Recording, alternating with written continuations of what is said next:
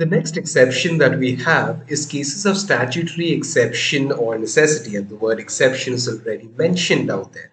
So, buyer is incompetent if he is the only person competent to perform an act. Now, God forbid there is a natural calamity, say for instance, there is an earthquake or a flood, and one person is very well technically equipped to deal with the public order and the disorder that has been happening, the hue and cry, and to also deal with the technical part. So, therefore, in this case, there is an exception. 9 cases of contractual arrangement, there is already a clause in the termination of a contract, so we don't necessarily need to have a hearing from both the sides, so on and so forth.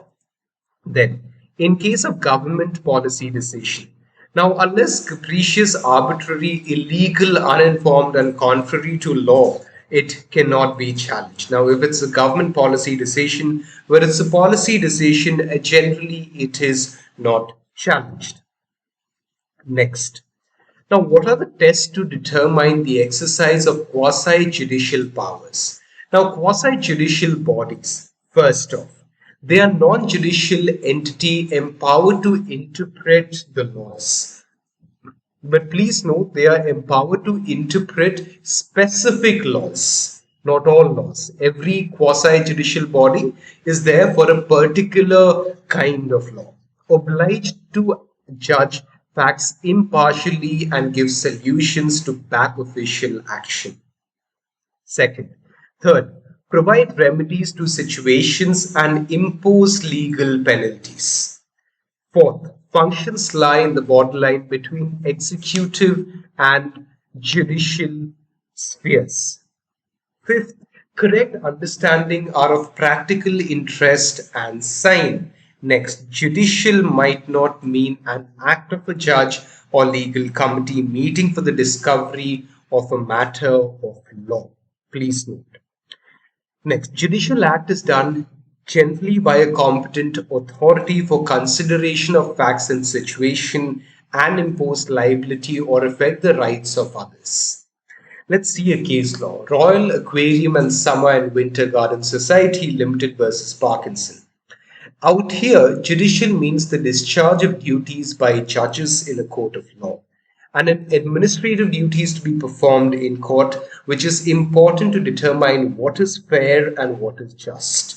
Next, in Ram Jawaya Kapoor versus State of Punjab, administrative authority decides question in judicial manner, not judicial action in strict sense. Quasi-judicial, an epithet for administrative powers required to be exercised judicially according to natural justice principles.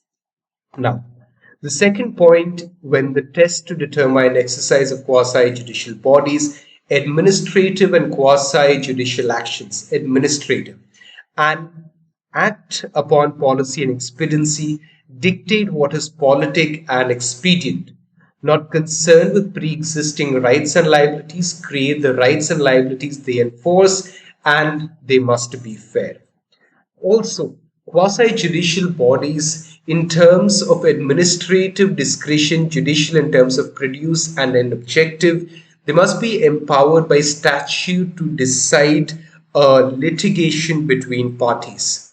They should satisfy the principles of natural justice. One party may be quasi-judicial proceeding and the other the statutory authority itself.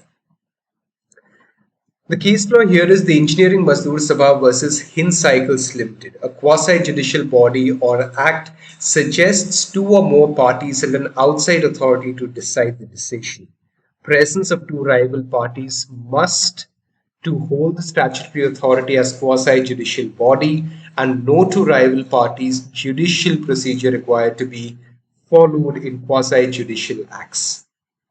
Now, the difference between the applicability of natural justice principles. Natural justice, friends, represents a higher procedural principles developed by judges.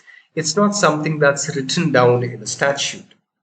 Next, the purely administrative acts, it acts as a natural justice principle not applicable, and it is not purely alien to administrative actions. Though in R.S. Das versus Union of India, application of natural justice principles were considered flexible, it depends upon the setting and background of statutes, rights, effected consequences, time of the case, and the peculiar facts of the case. And the correction of violation of natural justice by purely administrative act is beyond the court's jurisdictional capacity.